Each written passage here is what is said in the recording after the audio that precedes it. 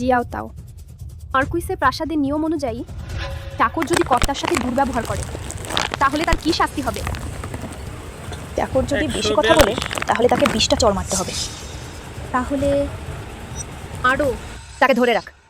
তোমার সাহস! আমি কিন্তু তোমরা থামো। আমি মার্কুইসের প্রাসাদের কন্যা। সে তো সাথে একজন রক্তের সম্পর্কহীন নোংরা মেয়ে। তোমরা আমার কথা শুনতে সাহস করছো না? আমি মাকে বলবো তোমাদের সবাইকে বাড়ি থেকে তাড়িয়ে দিতে। তোমরা সবাই দাঁড়িয়ে দেখছো কেন? আমি মার্কুইসের প্রাসাদের কন্যা। শিগগির এসে সাহায্য কর। থামো থামো, তোমরা মারামারি করো না। আমি চলে যাচ্ছি, হবে তো? আপা, আমি তোমার কাছে ভিক্ষা চাইছি, তুমি আমাদের ছেড়ে দাও। থামো। দ্বিতীয় কন্যাকে মারা সাহস করেছ, জীবনে ক্লান্ত হয়ে পড়েছ। ম্যাডাম, দ্বিতীয় কন্যার ভাগ্য খুব খারাপ।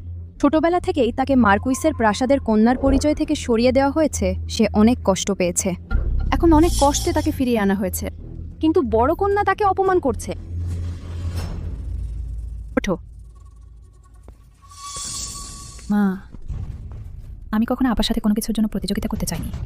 শুধু আশা করি বাবা মায়ের কাছে থেকে তাদের সেবা করতে পারবো। কিন্তু আমি ভাবিনি আপা আমাকে এতটা সহ্য করতে পারবে না। ভালো মেয়ে, তুমি নিশ্চিন্ত থাকো। আমি থাকতে কেউ তোমাকে অপমান করতে পারবে না। ম্যাডাম, ব্যাপারটা মোটেও সেরকম নয়। দ্বিতীয় কন্যা তিনি। চুপ কর।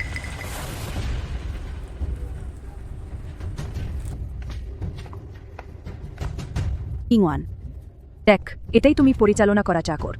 তোমার প্রতিদিনের উদারতা ও মহত্ব কোথায় গেল?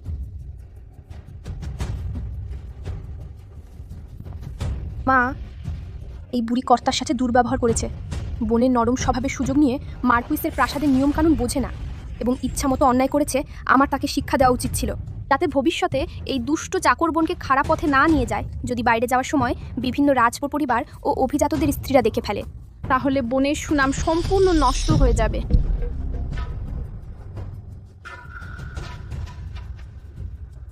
এমনটা হয়েছিল?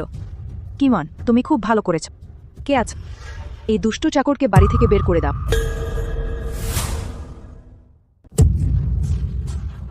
অপেক্ষা করো মা। ছোটবেলায় মাছাং আমার অনেক যত্ন নিয়েছেন, আমার অনেক দেখাশোনা করেছেন। মাছাং না থাকলে আমি অনেক আগেই মারা যেতাম। তাহলে কোনোভাবেই বেঁচে থেকে মায়ের সাথে দেখা করতে পারতাম না। আমি তাকে কিছু রূপা দিতে বার জন্য দুজন বিশ্বস্ত দাইমা বেছে নেব, যাতে তোমাকে মার্শাল পরিবারের নিয়মকানুন শেখাতে পারে। কি বলো? নিয়মকানুন ভালো করে না শিখলে ভবিষ্যতে শুধু লোকজনই আমাদের মার্শাল পরিবারের উপহাসের পাত্র বানাবে। বোন তো একটু আগেই আমার ভালো বাগদানের কথা শুনে ঈর্ষা করছিল না? তুমি যখন নিয়মকানুন ভালো করে শিখে ফেলবে, মা তখন অবশ্যই তোমার জন্য এর চেয়েও ভালো একটি বিয়ের ব্যবস্থা করে দেবেন। আগের জীবনে ইংকিংলে এই বুড়িকে উস্কানি দিয়েছিল, আমাকে কত ঝামেলায় ফেলেছিল। এখন প্রথমে এই বুড়িটাকেই শায়েস্তা করা যাক। মা ঝাঙের কোনো আশ্রয়স্থল নেই। যদি তাকে তাড়িয়ে দেওয়া হয় তার বাঁচার কোনো উপায় থাকবে না। আমরা মা ঝাঙকে রেখে দেই।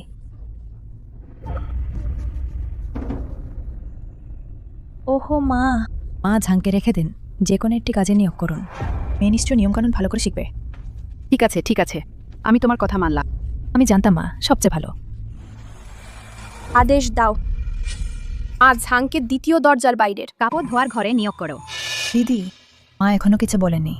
যারা জানে না তারা ভাববে আমাদের মার্শাল পরিবারে একজন বাইরের লোকই সব নিয়ন্ত্রণ করছে। ইংলে, এখন মার্শাল পরিবার নিশ্চয়ই তোমার দিদি দেখাশোনা করছে। মার শরীর ভালো না, আর কষ্ট করা উচিত নয়।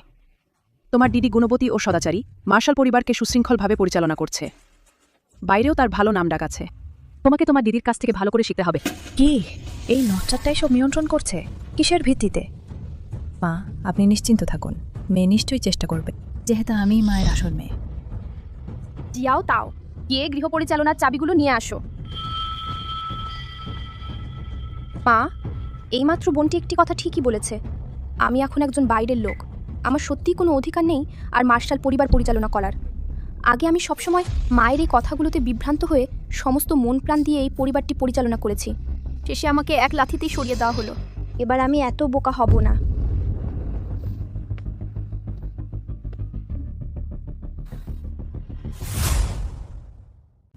টিওয়ান, তুমি কি করছো? দিদি কি মনে করছেন? আমাকে উঠোনটা ছেড়ে দিতে মনের মধ্যে অভিমান আছে? মা, আমি তাই বড় পরিবারের সঙ্গে মিশতে চাই, পরিবারটা ভাঙতে চাই না। বোন, তুমি দিদিকে ভুল বুঝেছ। দিদি যা কিছু করছেন সবই তোমার ভালোর জন্য। সেই সময় মা আমাকে কঠোর পরিশ্রম করানোর জন্য আমাকে একাই জমিদার বাড়ির দেখাশোনা করতে দিয়েছিলেন। এখন আমার সুনাম ছড়িয়ে পড়েছে মায়ের শিক্ষার জন্যই।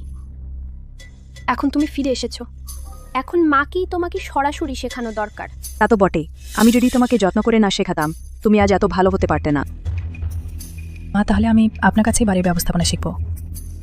ভবিষ্যতে আমি দিদির চেয়ে কম হব না। কিন্তু কিন্তু আমি এত বছর বাড়ি কাজ দেখিনি। আমি জানি না এখন জমিদার বাড়ির আয় ব্যয় কেমন। মা চিন্তা করবেন না, এখন জমিদার বাড়ির ব্যয় সমস্যা নয়। যেহেতু টিমন এত বুদ্ধিমান, তাহলে মা আমি তোমারই শ্রদ্ধা গ্রহণ করলাম। মা তাহলে মেয়ে এখন বিদায় নিল, যেহেতু এই উঠোনটা গুছিয়ে নিতে কিছু সময় লাগবে। ঠিক আছে, তুমি যাও। আমি তোমার বোনের সঙ্গে গোপনে কিছু কথা বলবো।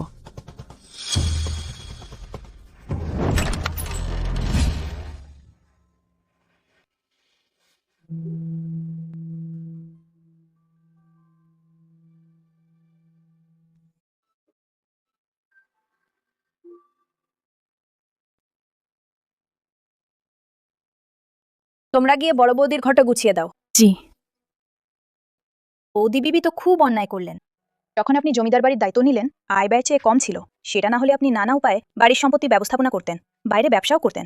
তবেই তো জমিদার বাড়ি একেবারে ভেঙে পড়েনি। বিবি এই মাত্র জানলেন জমিদার বাড়ির ব্যয়ের সমস্যা নেই, সোজা আপনার হাত থেকে বাড়ির কর্তৃত্ব কেড়ে নিলেন। থাক, আমি বুঝতে পারছি। আমি শুধু আপনার জন্য অন্যায়টা সহ্য করতে পারছি না। আপনি যদিও নিজের সন্তান নন, কিন্তু জমিদার বাড়িটা এত ভালোভাবে চালাচ্ছেন। সাধারণত জমিদার আর ছোট সাহেব বাইরে আড্ডা দেন, বিবি গান শুনে বাগান ঘুরে বেড়ান। এইসব খরচ শুধু আপনি একাই বহন করেন। দরকার হলে সামনে, দরকার না হলে পিছনে। এটা জমিদার বাড়ির মতো দেখাচ্ছে। কিছু হবে না। জমিদার বাড়ির হিসাবে টাকা এখন মাত্র 1 মাস টিকবে। ভবিষ্যতে জমিদার বাড়ির ব্যয়ের উৎস আমি দেখব না, তখন মজা হবে।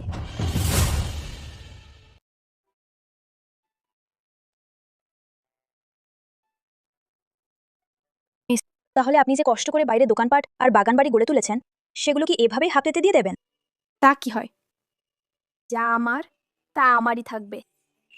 যাও, তাও ব্যবসায়ীকে জানাও গতবারের চুক্তিতে কিছু পরিবর্তন এসেছে, ব্যক্তিগতভাবে আলোচনা করতে হবে। মিস, আপনি নিজের কথা ভাবছেন, এটা সত্যিই খুব ভালো। আগের জীবনে জিয়াও তাও সবসময় আমার হয়ে প্রতিবাদ করতে, কিন্তু দুর্ভাগ্যবশত আমি তার একটি কথাও শুনিনি। আগের জীবনে আমি ব্যবসায়ীর সাথে এই একটা ব্যবসা করে ভারী অঙ্কের টাকা রোজগার করেছিলাম, তবেই পরিবারের বাড়ির লক্ষাধিক টাকার ঘাটতি পূরণ হয়েছিল। এবার আমি আর কখনোই কারোর জন্য পরিশ্রম করে দেব না।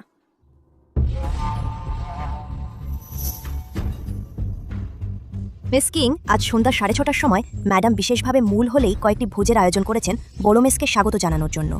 আশা করি আপনি তাড়াতাড়ি উপস্থিত হবেন বড় মিসকে অভিনন্দন জানাতে। কি মিস কিং, এমনকি বড় মিসও বলতে পারছো না? ম্যাডাম, বড় মিস এইমাত্র ফিরেছেন। বাইরের লোকজন যাতে বিভ্রান্ত না হয়, তাই একটু পার্থক্য রাখাই ভালো। আমি ঠিক সময় উপস্থিত হব। আরে তুমি? জিয়াও তাও। ওহ মিস, এটা তো একেবারেই অসহ্য। এটা স্পষ্টভাবে পুরো পরিবারকে জানান দেওয়া হচ্ছে যে আপনি বড় মিস নন। এরপর আপনি কিভাবে নিজের অবস্থান বজায় রাখবেন? এটাই তো আমার কাম্য। ভবিষ্যতে পরিবার ছেড়ে যাওয়া আরও সহজ হবে। জিয়াও তাও আমার পোশাক পরিবর্তন করতে সাহায্য কর। আমাকে একবার বাইরে যেতে হবে। মিস, আপনি এত খাবার কিনলেন কেন? পরে মোটা হয়ে গেলে কি হবে? আবার জীবন পেয়েছি। আমি আগের জীবনের আক্ষেপ পূরণ করতে চাই। সারা বিশ্বের সুস্বাদু খাবার খেয়ে দেখব সুন্দর জীবন। আমি আসছি। চলো।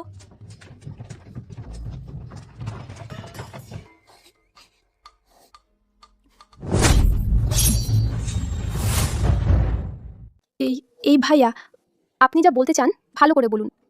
আমার এই সুন্দর পুনর্জন্মের জীবন শুরু হবার আগেই শেষ হয়ে যাবে নাকি?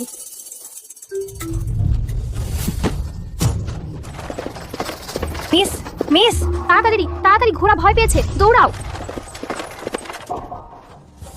এই বীর পুরুষ, আপনি কি টাকার জন্য এসেছেন না রূপের জন্য?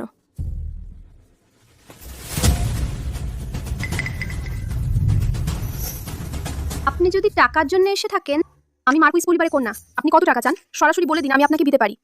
আপনি যদি রূপের জন্য এসে থাকেন। রূপের জন্য? তুমিও কি নিজে থেকে? সেটা হবে না, এটা আমি নিজে থেকে পারবো না। তবে আমি আপনার জন্য বিনোদন কেন্দ্রে গিয়ে 80-90টা সুন্দরী নর্তকী বেছে দিতে পারি। পড়ালেখায় পারদর্শী, নাচে দক্ষ, সব রকমের আছে।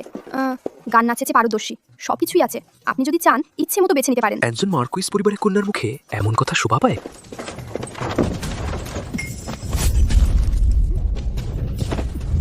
করো না।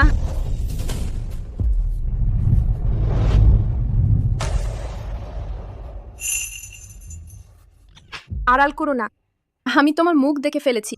এই খুনিটা তো বেশ সুদর্শন। হ্যালো, তোমাকে কে পাঠিয়েছে? ইংলে এত তাড়াতাড়ি মুখ বন্ধ করতে চাইছে, কিন্তু সে তো এখনই মার্কুইস বাড়িতে এসেছে। এত ক্ষমতা তার থাকার কথা না। বলবে না?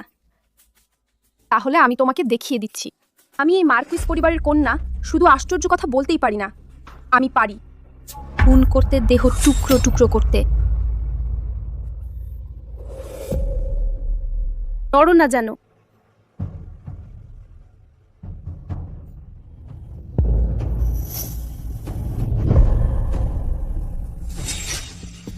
বাইরে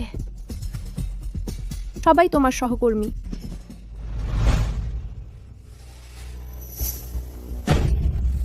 ভাইয়া, আমি আমি মজা করছিলাম। আমি তোমাকে মরার একটা উপায় বেছে নিতে দেব, কারণ আমার মুখ দেখেছে এমন সবাই মরে গেছে। হায় আল্লাহ, শেষ হয়ে গেল। আমার সেই সুন্দর পুনর্জন্মের জীবন এখনো শুরু হয়নি। আমি